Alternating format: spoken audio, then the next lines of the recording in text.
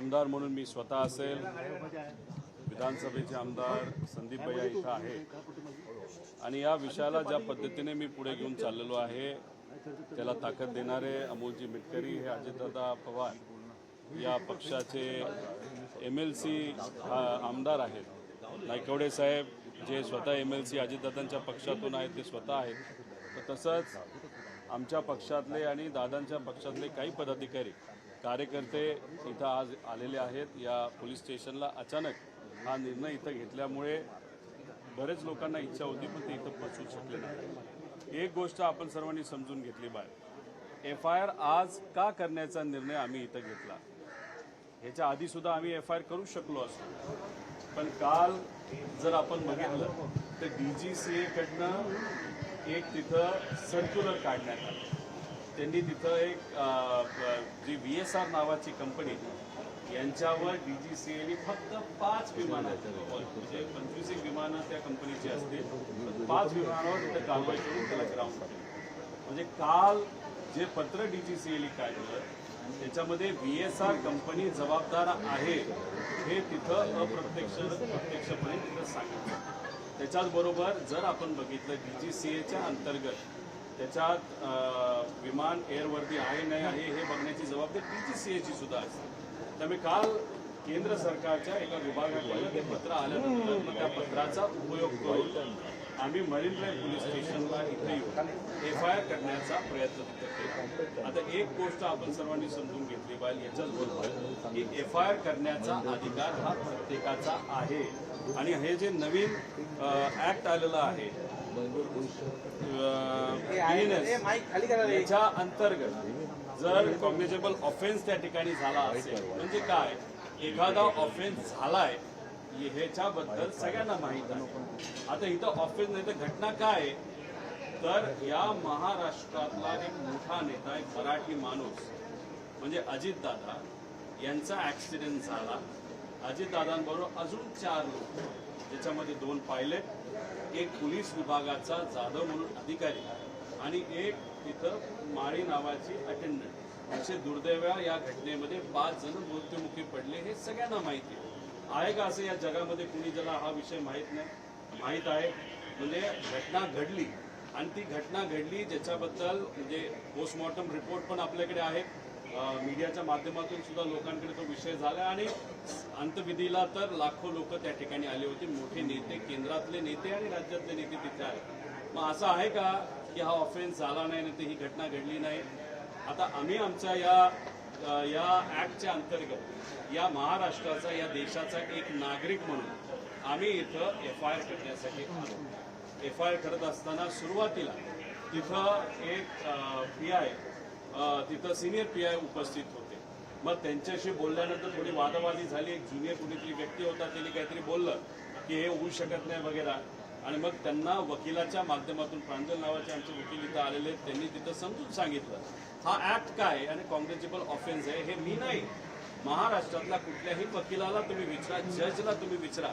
आणि हे मराठी जजेस आणि वकील हे तुम्ही ऐकत असताल तर मग असं असताना FIR हा करायला तिथं लॅपटॉप आणला गेला होता आणि माझं स्टेटमेंट टाईप करायला सुरुवात झाली होती. मग एक मोठे एक मोठा अधिकारी म्हणजे ॲडिशनल DCP इथं आले आणि त्यांनी तिथं येऊन सांगितलं नाही FIR होणार नाही. मग आम्ही विचारलं का नाही होणार? मग त्यांनी थोडंसं सांगितलं तो आमचा अधिकार म्हणजे पोलिसांचा अधिकार. आणि मग म्हणलं की अहो या पुस्तकामध्ये जे काही दिलंय जे ऍक्ट आहे ते वकील सांगताय की कॉग्निजेबल ऑफेन्स असेल तर FIR आपल्याला घेता येते. त्यांनी तिथं सांगितलं तुम्हाला करायचं करा, आम्ही FIR करून घेऊ शकत नाही आणि हे तुम्हाला ज्याला सांगायचं तुम्ही त्याला सांगा, तुम्हाला जिथं जायचं तिथं जा, जी कारवाई करायची तुम्ही करा, पण आम्ही ही FIR नोंद करू शकत नाही. दुर्दैव असं या देशातला नागरिक म्हणून आमचा जो अधिकार आहे तोच आम्हाला वापरून दिला जात नाही. मग कोणाचा असा फोन आला या मोठ्या DCPला की ज्याच्यामुळे ते FIR करून देत नाहीत? आता याच्यामध्ये हा आमचा अधिकार आहे, त्याच्याबरोबर FIR करायला घेतली होती मग ती कॅन्सल केली आणि मग अशा पद्धतीने दबाव आणून तुम्ही म्हणत असाल FIR होऊ शकत नाही तर तुम्ही कुठल्याही वकिलाला विचार FIR 100% तिथं होऊ शकते आणि FIR झालीच पाहिजे. आता तुम्ही एका बाजूला म्हणताय इन्व्हेस्टिगेशन चालू आहे, मग सीआयडीने काय केलं हे कोणाला माहित नाही. सीबीआयकडे गेलाय, त्यांनी सीबीआयचा एफआयआर केला नाही केला हे कोणाला तिथं माहित नाही. मग आमचा अधिकार वापरून आम्ही ही एफआयआर करत असताना तुम्ही आम्हाला का थांबवताय? का फक्त हा मराठी माणूस होता, महाराष्ट्राचा नेता होता, अजितदादांचा हा विषय म्हणून तुम्ही या पद्धतीने इथं करताय? उद्या जाऊन तुमच्या गाडीला धडक कोणी दिली तरी एफआयआर लगेच होतो. एखाद्या ठिकाणी थोडीशी चोरी झाली ते एफआयआर तिथं होतो. मग एखाद्याला मारामारी झाली ते एफआयआर होतो. मग दिल्लीमध्ये काही काँग्रेसचे कार्यकर्ते त्या ठिकाणी फक्त शर्ट काढतात, त्यांच्यावर तुम्ही एफआयआर करता. आणि मग अजितदादांचा इथं मृत्यू झाला, घात का अपघात याच्यावर आम्ही शंका त्या ठिकाणी घेत आहोत, त्याच्याबद्दल इन्व्हेस्टिगेशन आहोत आम्ही म्हणतोय. मग कुठल्याही सामान्य व्यक्तीचा एफआयआर होऊ शकतो, पण मग आम्ही विचारतो आमचेही आमदार इथं असणारे दादांचे आमदार महाराष्ट्र विचारत आहे अजितदादांच्या बाबतीत असा वेगळा न्याय का? आता आम्ही निर्णय तिथं घेतलेला आहे की हे आमचा एफआयआर इथं करून देत नाही. त्यामुळे उद्या सकाळी 10 वाजता बारामतीचे जे कुठले पीआय असतील, एअरपोर्ट ज्यांच्या अंतर्गत येतं, माझ्या अंदाजे ग्रामीण विभागाच्या अंतर्गत येतं, तर ग्रामीण पीआयकडे जाऊन तिथं आम्ही तिथं प्रयत्न करू. तो प्रयत्न करत असताना ते त्या बाबतीत काय भूमिका घेतात, सत्तेत असणारे, सत्ता आज सत्तेत बसणारे जे कोणी नेते असतील ते त्या बाबतीत काय भूमिका घेतात हे आपल्याला तिथं बघावं लागेल. त्याच्याचबरोबर सत्तेत असणारे त्यांचे जे मित्र आहेत ते मित्र सुद्धा त्या बाबतीत काय करतात, जे दुसऱ्या पक्षाचे ते सुद्धा तिथं आपल्याला बघावं लागेल. तर उद्या 10 वाजता बारामतीला जाऊन आम्ही एफआयआर करायचा प्रयत्न तिथं करणार. तिथलं जी बिल्डिंग आहे ती दादानी बांधली, तिथं न्याय मिळाला तर तिथं असणारं जे न्यायालय आहे त्या न्यायालयामध्ये जे दादांनी सुद्धा तिथं बांधलंय तिथं सुद्धा आम्ही जाऊन न्याय मागण्याचा प्रयत्न करू. पण अक्षरशः म्हणजे वाईट वाटतंय आम्हाला, आणि वाईट याच्यासाठी एक चांगली गोष्ट आहे की हे त्यांचे जे आमदार आहेत दादांचे ते त्यांच्यासाठी लढतायत, आम्ही त्या ठिकाणी लढतोय, बाकी इतर लोक त्याच्यासाठी लढतायत. प्रश्न एवढाच आहे, महाराष्ट्रातली जनता तिथं लढतीये, प्रयत्न करतीये, सोशल मीडियापासून फार व्यक्तिगत आपल्या जीवनामध्ये जिथे कुठे संधी मिळेल ते व्यक्त होत आहेत. पण आज जे सत्तेत आहेत आणि ते विरोधात आहेत, ज्यांना त्यांना अधिकार आहेत, ते या बाबतीत का पुढे येत नाहीत असंही त्या ठिकाणी आम्हाला सगळ्यांना वाटतं. त्यामुळे कृपा करून सगळ्यांना विनंती, या विषयामध्ये आपण सगळ्यांनी तिथं लक्ष घालावं. आणि मग न्याय जर अजितदादांसारख्या या मोठ्या मराठी महाराष्ट्राच्या नेत्याला जे या सत्तेत असणाऱ्या पार्टीबरोबर मुख्यमंत्री त्या ठिकाणी होते, याच व्यक्तीला न्याय मिळत नसेल मग सामान्य लोकांनी काय करायचं असा प्रश्न तिथं निर्माण होतो. त्यामुळे या बजेटच्या सेशनला मी गेलं पाहिजे का असाही आता मला प्रश्न पडायला लागलाय. एवढ्या मोठ्या नेत्यालाच नाही इथं मिळत नसेल तर अधिवेशनात जाऊन बोलून पण घसा कोरडा करून काय त्याच्यातून मिळणार हाही प्रश्न तिथे निर्माण होतोय. उद्या नाही सांगता येणार. तो आमचा अधिकार आहे का? तर 100% आमचा अधिकार आहे. हे काय आम्ही बोलतो म्हणून असं नाहीये. हा आमचा अधिकार या पुस्तकाला, या कायद्याला त्या ठिकाणी दिलेला आहे. हा ऍक्ट आत्ता असणारे सत्तेत असणाऱ्या सरकारने कायदा हा बदललाय ना, त्यांनी तो कायदा बनवलाय, हे ते पुस्तक आहे. मग ह्या कायद्यामध्ये प्रत्येक व्यक्तीला अधिकार असताना मग आम्हाला सुद्धा तो अधिकार आहे. आम्ही विरोधात असलो काय आणि सत्तेत असलो काय, आणि योगायोग इथं बघा आम्ही विरोधातले पण आमदार आहेत आणि सत्तेतले सुद्धा आमदार आहेत. मग आम्हाला हा पूर्णपणे अधिकारी असताना सुद्धा, या देशाचे नागरिक असताना सुद्धा एफआयआर होत नसेल कॉग्निटिव्ह ऑफेन्ससाठी सुद्धा, तर मग कुठं ना कुठंतरी आता शंका ही आमची वाढत चाललेली आहे. आम्ही कुठेतरी म्हणत होतो की VSR कंपनी कुठेतरी अपघात झाला, या विषयावर आम्ही थोडंसं तिथे ठाम होतो. मग अशा पद्धतीने तुम्ही काय गोष्टी अडवत असाल तर साहजिकच आहे ना, लोकांचा कुठेतरी प्रश्न त्यांच्या मनामध्ये कुठेतरी निर्माण होईल की हा घात नाही तर अपघात आहे. सहज आहे. आज मी कुठलाही मुद्दा मांडतोय, आम्हाला विरोध, सत्तेत काही इतर पक्ष असले तरी ते विरोध करत नाहीत, पण भाजपचे मोठे मोठे नेते, ज्याच्यामध्ये विखे पाटील साहेब असतील, त्याच्याचबरोबर आपले मुंबईचे कोण आशिष शेलार, ते तिथं बोलतात. अजून साताऱ्याचे कुठला तरी मंत्री त्या ठिकाणी बोलतो, त्यांचे ट्रोलर तिथे ट्रोल करतात. मलाच काय कळेना की कुठल्या दिशेने त्या ठिकाणी जायचं. पण एक मात्र खरं, प्रयत्न आम्ही करत राहणार, लढत मात्र त्या ठिकाणी राहणार, आणि लोकांच्या मनातली जी इच्छा आहे की दादांना न्याय मिळाला पाहिजे ती न्याय मिळवल्याशिवाय आम्ही राहणार.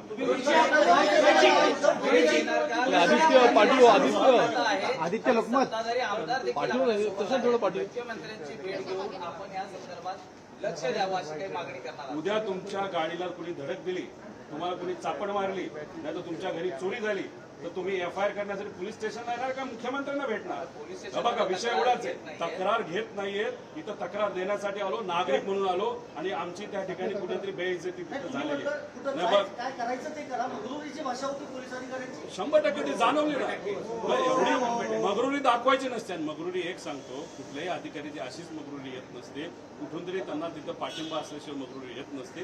पण एक आहे, आमची अशी परिस्थिती, लाखो लोकांचं प्रतिनिधित्व करणाऱ्या आमदारांची अशी परिस्थिती, दादांच्या बाबतीतला विषय असता. आम्ही त्यांना हे सांगितलं, ठीक आहे नेता म्हणून तुम्ही दादांकडे काय दृष्टिकोनातून बघता हे मला माहित नाही, पण जाधव नावाचा एक कर्मचारी हा पोलीस विभागाचाच कर्मचारी होता ना, त्यासाठी पण आम्ही लढतोय ना. आणि मग त्याच्याकडे बघून तुम्हाला FIR करायला काय हरकत आहे? नाही, आम्हाला करायचीच नाही. ही तुमची भूमिका असेल तर आम्ही त्याला काय करणार? मी सांगितलं एका बड्या अधिकाऱ्याचा फोन आलेला, कोण होता? नाही, हा बडा अधिकारी इथं आला, त्याला कोणाचा फोन आला तो आम्ही नाही सांगताय ना. तुम्हाला सीडीआर बघायचं ते सीडीआर बघा. आम्हाला तर आता काही घेणं देणं पडलं नाही. आम्ही लोकात राहून लोकांपर्यंत जाऊन लोकांचा विश्वास संपादित करून मग हे पुढे लढायला लागलो. आता बघावं लागेल ना, कोण आहेत, का अडथळे घालतात, कोण बडा नेता आहे, कोण कसं आहे, काय इतर नेते आहेत, कोण कोण नेते आहेत, हे सगळं बघावं लागेल. बघा, आमचे इथं असणारे संदीपभाई असतील, अमोलजी जे मनापासून लढतायत, त्याच्याबरोबर जे नायकवडे आहेत आमदार आणि त्यांच्याबरोबर इतर आहेत जे आज इथे येऊ शकले नाहीत, पण दादांसाठी प्रामाणिकपणे ते लढतात. यांना सगळ्यांना आणि महाराष्ट्र जनतेला पाहिजे की दादाला न्याय मिळावा.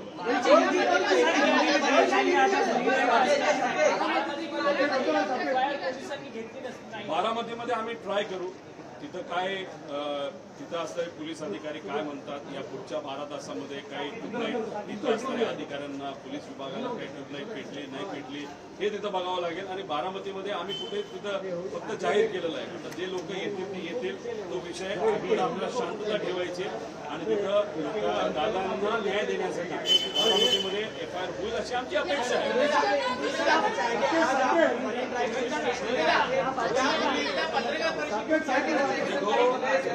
प्रशांत DGCA के माध्यम से एक वहाँ पे एक्सप्लेनेशन ऑफिशियली उन्होंने वहाँ पे पब्लिश किया. हमारी इच्छा थी इसके पहले ही हम FIR करें, लेकिन इस विषय में हमको भी सबूतरी वहाँ पे वहाँ पे मालूम है. अरे घूम खाली है. अभी कल DGCA ही कह रहा है कि BSR कंपनी के कंप्लायंस में बहुत सारे इश्यूज वहाँ पे थे. अगर DGCA वहाँ पे बता रहे हैं और कंप्लायंस प्रॉपरली हो रहे कि नहीं हो रहे वो देखने की जिम्मेदारी DGCA की है. तो ये ऑफिशियल गवर्नमेंट का लेटर लेते हुए हमने सोचा अभी हम FIR कर सकते हैं. इसलिए FIR करने के लिए हम मरीन ड्राइव पुलिस स्टेशन वहाँ पे आए और पुलिस स्टेशन पे आने के बाद एक जूनियर पुलिस अधिकारी, मतलब जूनियर मतलब जो FIR ले सकता है ऐसा ही अधिकारी वहाँ पे था, सुपर सीनियर PI यहाँ पे थे. तो उनसे बात करके उनको कन्विंस करते थोड़ा, ठीक है हमारा शुरुआत में वाद विवाद वहाँ पे हुआ लेकिन वो कन्विंस थे. उन्होंने वहाँ पे लैपटॉप लाया और हमारा जो FIR है वो प्रिंटिंग के लिए लेने के लिए उन्होंने शुरुआत की. फिर वहाँ पे बड़े अधिकारी आए, एडिशनल SP या DCP वहाँ पे आए और उन्होंने वहाँ पे फिर कहा कि नहीं ये FIR नहीं हो सकता. अभी देखो बाय न्यू एक्ट कोई भी FIR regarding cognizable offence has to be registered. That is the right of every individual who is a citizen of this country. तो अभी मैं खुद एक MLA करके, मतलब मैं 4-4.5 लाख लोगों का वहाँ पे प्रतिनिधित्व करता हूँ. मेरे पक्ष के संदीप जी क्षीरसागर है और मेरे साथ अजीत दादा को न्याय देने के लिए अमोल जी मिटकरी ये लड़ते हुए आप सबको दिख रहे हैं, वो खुद यहाँ पे आए थे.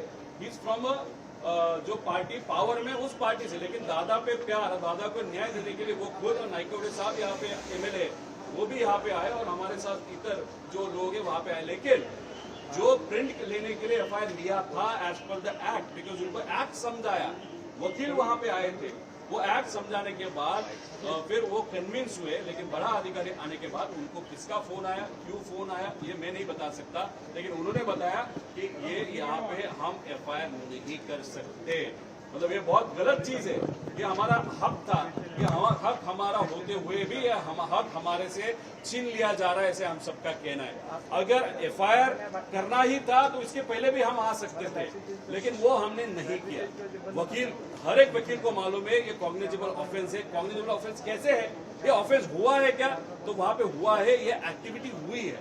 मतलब वहां पे एक्सीडेंट हुआ है, वहां पे अजीत दादा की मौत वहां पे अनफॉर्चुनेटली हुई है, उनके साथ 4 जनों की मौत वहां पे हुई है। वो होते हुए लोगों के ये मालूम होते हुए भी, और ये पब्लिक डोमेन में है, लोगों को मालूम है, वहां पे अंतविधि वहां पे हुआ है, बड़े केंद्र के नेता वहां पे आए थे, राज्य के नेता वहां पे आए थे, और ये सब होने के बाद पीएम भी इस बारे में हुआ। ये होते हुए भी ये हमारा हक कॉग्निजेबल ऑफेंस होने के कारण एफआईआर इस बारे में होनी चाहिए थे, लेकिन वो यहाँ पे होनी नहीं थी। मतलब एक तो लोग जो अजीत दादा के लिए लड़ रहे उनका भी हक छीना गया, हम जो लड़ रहे हमारा हक छीना गया, और एक नॉर्मल सिटीजन इस देश का होते हुए हमारा हक वहां पे छीना गया। ये गलत चीज है। कल सुबह 10 बजे बारामती का जो पुलिस स्टेशन है वहां पे और एक बार हम ट्राई करेंगे, और वहां पे हम कोशिश करने के बाद वहां पे अगर इस 12 घंटों में ये जो सरकार है राज्य की, वहां के जो नेता है या उसके जो प्रमुख अधिकारी है, उनको अगर लगा जो हम मांग रहे हैं वो उचित है, तो कल सुबह 10 बजे बारामती में जो एफआईआर होगा वो वहां पे एक्सेप्ट किया जाएगा, एफआईआर वहां पे नोन किया जाएगा, और वो एफआईआर हमको वहां पे दिया जाए, मतलब वहां पे नोन करके फिर हमारा कॉग्निजेंस वहां पे लिया जाएगा। अगर नहीं हुआ तो बारामती का जो कोर्ट है वहां पे भी हम जाने की वहां पे कोशिश करेंगे। अभी देखो, हमने जो स्टेटमेंट दिया, हमने पत्र भी दिया, हम सब वहां पे थे, उसका रिकॉर्डिंग है, वो रिकॉर्डिंग आपके पास भी आया होगा ऐसे मुझे लगता है कि 25/2/26 रोजी प्राप्त तकरार, मैंने प्राप्त तकरार वहां पे फिजिकली भी दी, मैं रेडी भी था मेरा वो तकरार स्टेटमेंट देने के लिए, रिकॉर्ड करने के लिए, वो रिकॉर्ड के लिए शुरुआत भी हुई थी, लेकिन फिर रुकवाया गया। उसके अगेंस्ट उन्होंने मुझे पत्र यहाँ पे दिया, आपण आज दिनांक 25/2/26 रोजी marine drive police Thane Mumbai येथे सादर केलेली तक्रार स्वीकारली असून आपण दिलेल्या तक्रारीच्या अनुषंगाने तपासून, हा मोघम शब्द आहे तपासून, म्हणजे एखाद्या विषयाला बगल द्यायची असेल, बाजूला तो विषय टाकायचा असेल, सरायचा असेल, नाहीतर त्याच्यावर चर्चाच करून आणायची नसेल, तर तपासून कायदेशीर कारवाई करण्यात येईल। म्हणजे 5 लोक गेलेत, कॉग्निजेन्स ऑफेन्स झालाय, याचा अर्थ की या पोलीस अधिकाऱ्याला, या ते जो कोणी डीजीपी आहेत, डीसीपी आहेत, त्यांना कदाचित माहितीच नाही की दादा वारलेत, नाही तर त्यांच्याबरोबरचे 4 लोक ते अपघात राहिलेले नाहीत, असं कुठेतरी दिसतंय। आणि म्हणून हा कायदा असताना सुद्धा अशा प्रकारचं लेटर त्यांनी त्या ठिकाणी दिले, ही दुर्दैवी गोष्ट आहे। आणि सामान्य लोकांना मला सांगायचंय की अजितदादांनाच जर न्याय दिला जात नसेल तर सामान्य लोकांची काय परिस्थिती आहे। देखो, हमारी जो शिकायत है वो डीजीसी के खिलाफ है, वीएसआर कंपनी के खिलाफ है, उसी के साथ एरो नाम की एक कंपनी है, जिस कंपनी के व्हाट्सएप ग्रुप पे वहां पे बताया गया था कि वेदर इज ओके, दादा फ्लाई कर सकते हैं, तो उस कंपनी के नाम भी उसमें हमने दिया है। उसी के साथ उस ग्रुप में अधिकारी है, राज्य सरकार के अधिकारी, उनकी जिम्मेदारी थी कि वीआईपी फ्लाई कर रहा है तो क्वालिटी ऑफ एयरक्राफ्ट ठीक है नहीं ठीक है वो देखने की। और जो 5वां है वो क्रिमिनल जो व्यक्ति है, जो क्रिमिनल कॉन्स्पिरेसी होगी नहीं होगी, वो जब सिद्ध किया जाएगा, जो भी व्यक्ति होगा या एजेंसी होगी उसके खिलाफ वहां पे एफआईआर दर्ज किया जाए, ऐसे हमने विनती बात की। जी, आपको पुलिस ने एक जवाब लिखकर पत्र इशू किया है, उस पत्र में क्या लिखा है, क्या लगता है आपके? नहीं, ये मराठी में पत्र है, इसमें यही लिखा है कि आपने यहाँ पे तकरार दी, स्टेटमेंट दिया, आप यहाँ पे आए थे, आपके साथ मतलब रेफरेंस नहीं दिया, लेकिन आप यहाँ पे आने के बाद आपने जो तकरार ली वो हमने ली है, और तकरार जो है हम सोचेंगे, उसका तपास करेंगे, मुझे इन्वेस्टिगेशन करेंगे, फिर एफआईआर करना है कि नहीं करेंगे हम सोचेंगे। मतलब जो हमारा अधिकार था as per this act for जो ऑफेंस है, तो उस ऑफेंस के बारे में हमारा जो अधिकार था वो अधिकार इस लेटर के माध्यम से, ये नागरिक का अधिकार और हमारा अधिकार हमारे से छीन लिया गया, ऐसे कहना पड़ेगा। इस मामले में कार्रवाई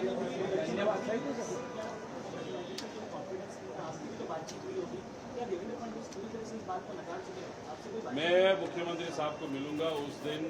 अगर आप देखो तो जब वहाँ पे हम बात कर रहे थे, तब जो प्रस्ताव आया था शोक प्रस्ताव, उस पर बात करते करते मैं या बाकी जो भी एमएलएस थे वो बहुत भावुक हुए थे, हमारी मेंटल स्टेट नहीं थी वहाँ पे बात करने की, इसलिए बाद में जाके हम सीएम साहब को मिल नहीं पाए थे।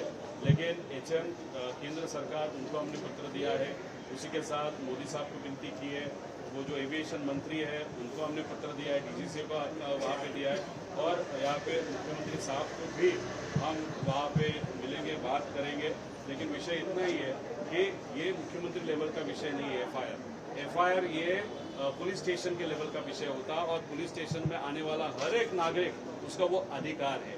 अब ये नागरिक करके अगर यहाँ पे अधिकार नहीं तो कल जाके कोई भी छोटा मोटा एक्सीडेंट हुआ, किसी ने गाड़ी ठोकी या किसी ने किसी को चमाड़ मारी, तो आगे जाके आप ये बोलोगे क्या कि नहीं मुख्यमंत्री से परमिशन लेता? वैसे नहीं होता। हमारा कहना है कि ये इनका हमारा अधिकार था और एफआईआर लेना वो उनका ये था, जिम्मेदारी थी, वो उनकी जिम्मेदारी होते हुए भी वो ये पत्र हमको देते हैं, तो ये बहुत गलत चीज है।